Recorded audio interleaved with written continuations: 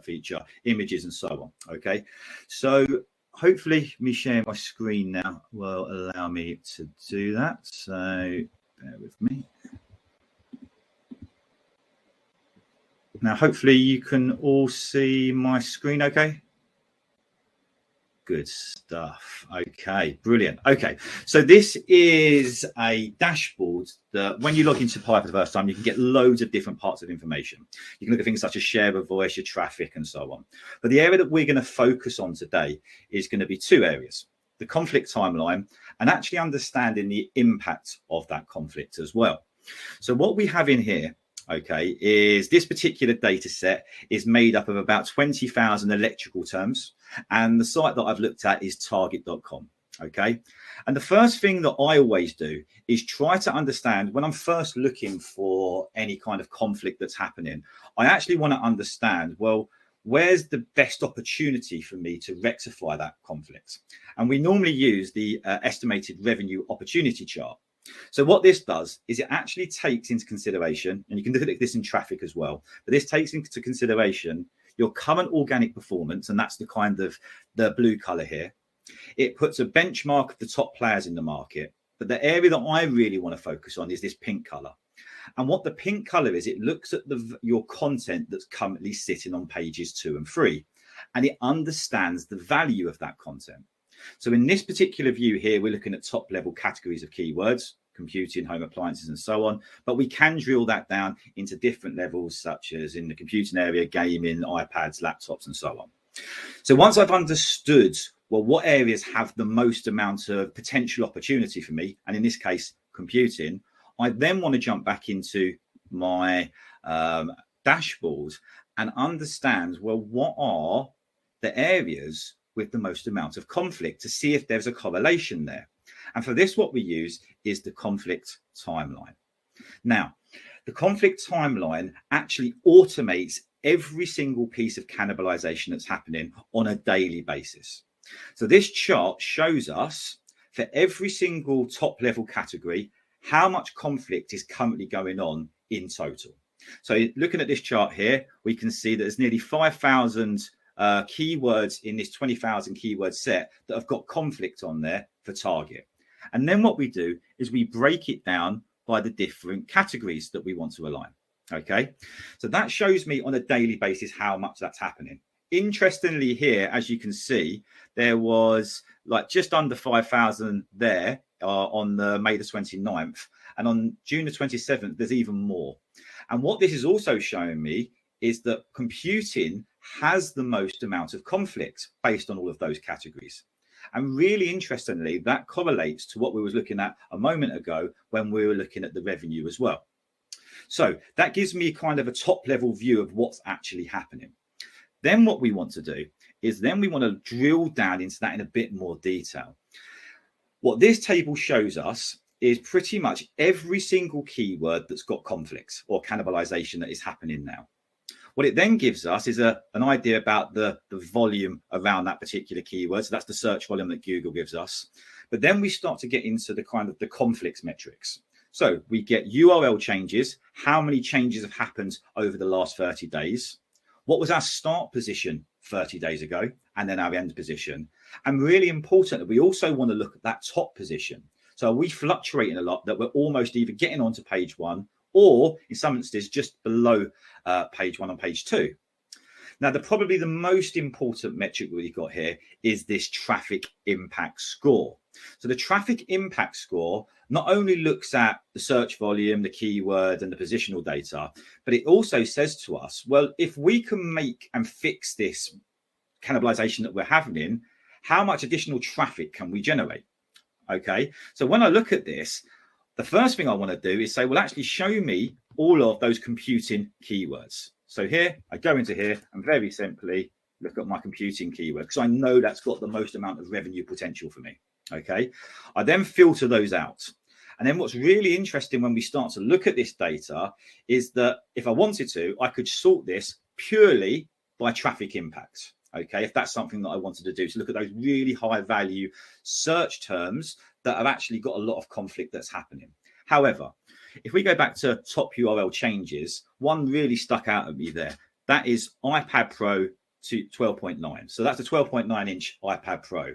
That's currently got 81,380 searches a month. But really importantly, and this is where this one's kind of stuck out to me, it's had 18 URL changes, a start position of 29, but they finished in 78. But most interestingly, they got up as close as 16th in the SERP. So it tells me that they've got a good chance of getting onto page one. And that kind of backs it up here when I can see 11,147 traffic impact score. So I now want to dig into that a little bit more deeper. Okay, so for that, what we can do is we can open that up. So the first thing I want to understand is to get a visualization of what's been happening on a daily basis. Now, this is interesting because we've got a line here, and this chart tells us daily positions from 1 down to 100, and then the date range across the bottom. Now, what you will notice is it says A, B, C, and so on. And that's telling me on that particular day, the top URL that was returning for target has actually changed from the previous day, almost every single day for nearly 2 weeks there. But what Google's then done is gone, well, actually, I'm too confused. I've now pulling your performance down even more and even outside the top 100 in sometimes. So this is telling me now that yesterday's position was down at position 78. Okay, so they're not doing very well. Now, what's interesting as I go down the page is I can now start to understand, well, what are the URLs that are conflicting? So I can see here, now I've got a rough idea about targets pages, but these look like product pages and these are category pages. So is there a simple thing here to internally link from here and here to here? Well, what we also can start to look at is what URLs got the top position and what URLs are visible for the most amount of time. And if we want to visualize this over that period of time, what we can do is then highlight those URLs and what's been happening on a daily basis. And when we do that, you can almost see it switching all the time. Not only is Google getting confused, that if the users were going to Google and crawling down on those search results, they would be saying to themselves, well, actually, I went to one page yesterday, now I've got another page. So they've got a decision to make. Do they create a hub page and internally link to that? It looks like they've got the hub page, but maybe they're not internally linking in the right way. Now, I'm just going to check to see any questions around any of that at the moment. Good. Okay. So the next thing that we can start to look at is sometimes when you're looking at cannibalization, and I think John mentioned it as well, you don't want to look at it in total isolation. Now, the best way to do that is to stop looking at keywords and actually looking at the content and how many keywords it returns for, because that could be another way that we can start to make a difference there. So for that, what we normally use is the Content Explorer table. And what this particular chart does is it allows us to, again, I'm looking at computing, and I select the site that is target. I can now explore that in more detail. And what it will do is rather than looking at all of my data on a keyword level, I can now start to look at it on a content level and understand how many different search terms are returning for that individual keyword. So what we have here is we have the piece of content. We then have how many search terms it returns for, then the total volume behind that, its top position, its mean position, and its mode position. So why would I do this? Well, what I wanted to do is maybe if I was going to, John mentioned one of the recommendations is doing a 301 redirect. Okay. Well, before doing that 301 redirect, I probably want to go into this particular area and I'd actually want to drop that URL in here using the filters to say, well, is that returning for any other keywords? By me 301 in that, do I potentially hinder some other part of my site? So again, it's looking at the contextual impact of everything that's happening on that. What's another quite important thing to start looking at is actually, does it return for any other types of features? Now, some of this content not only returns for those traditional classic blue links, but it also returns for images as well. So do I want to find out, well, what pieces of content return for just images? Is that having an impact on my cannibalization? Again, I can filter that information out. Any questions from anyone around that? Donna, okay, so the content is being found just not on the same page. It depends on the search query, so you're not capturing all the search intent. Spot on. So when we're looking at this, I think what's really important to do, and what's really important about the tools that you have, is that you're not just tracking your performance or your domain's performance in a couple of sites. You need to be collecting the top 100 pieces of content every day. Okay, so if that piece of content returns for any keyword in your keyword universe, then actually you're tracking that on every single top 100 search result. Hopefully that answers your question. Smashing. Any other text? Pi collects the top 100. Spot on. Yes, Holly. Pi looks at the top 100 returning pieces of content every day for every search term and picks up on every search feature. So what that allows us to do is get a comprehensive view of absolutely everything that's going on as well. Any other questions? So what I will say is that if any of the 4% that said that they don't have SEO, I do honestly see that as a challenge. So if you did put no into that particular question, please get in contact with either myself, book a demo or something. And what we will do is actually take your domain. If you want to give us some keywords as well, we can take those keywords and we can kind of expand upon that. After, I reckon, about 2 weeks, we'll be able to pretty much find cannibalization that's happening on your site. Actually, both. So, Jason, do you have to enter the search terms to track it, or will Pi find those search terms on its own by target URL? We can actually do both.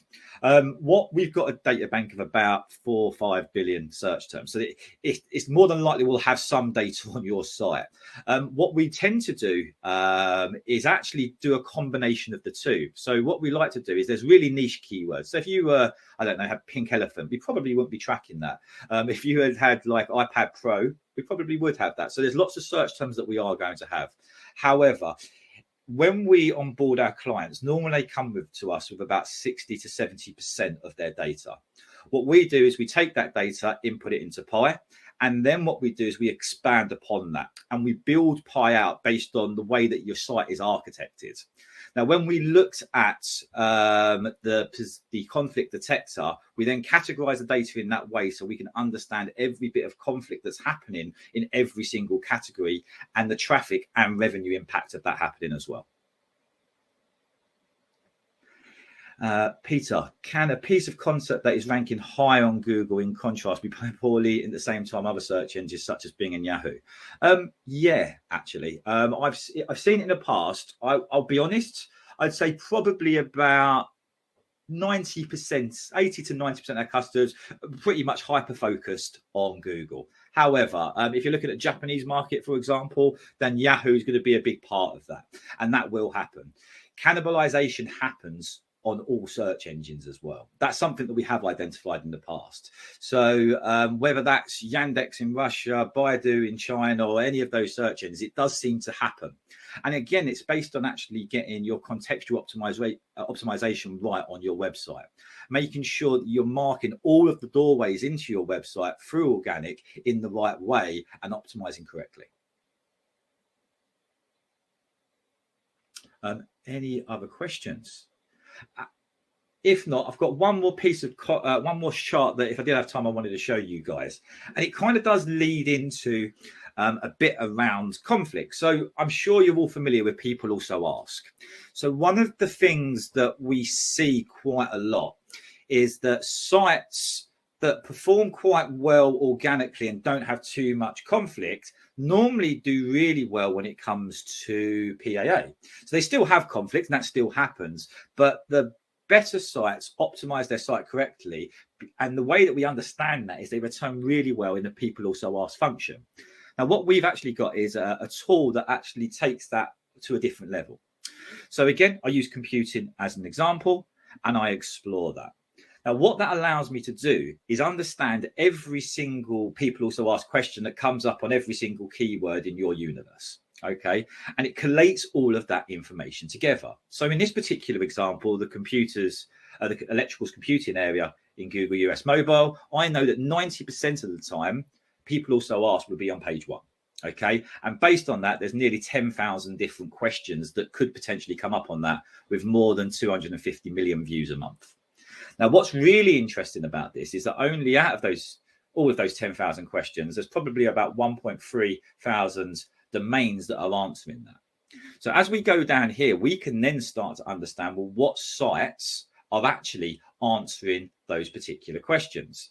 And the reason that I've shown you this is actually, if we go a little bit deeper, we can actually start to look and understand, well, is there an answer URL, and how well do the target do? So I'm looking at this: Apple, Artings, Xbox, Microsoft, YouTube, and so on. They all answer anything between 250 to 650 questions. Let's have a look at target. Let's see how they get on. So in fact, when I looked at this earlier, and hopefully it's the same, they don't actually answer that many questions. And this is where it gets really important. So as much as their long tail content, they answer 11 different questions in total. Out of all of those 10,000 questions, they only answer 11.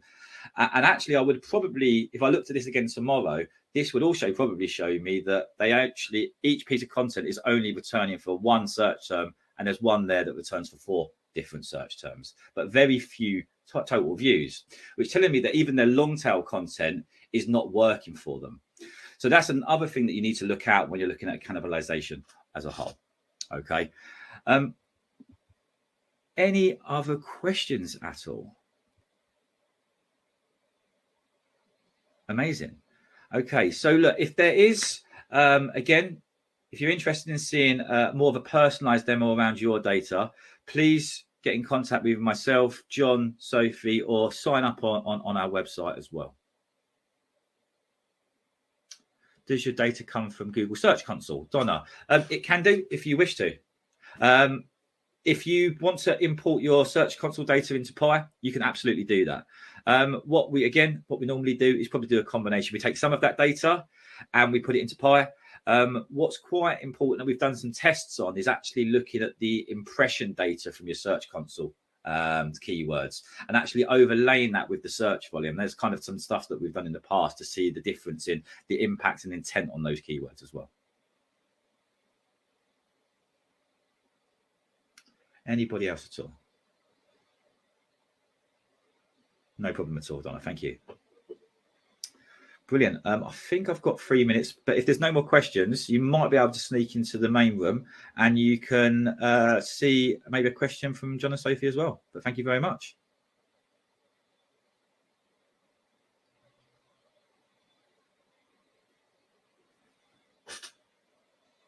Thank you.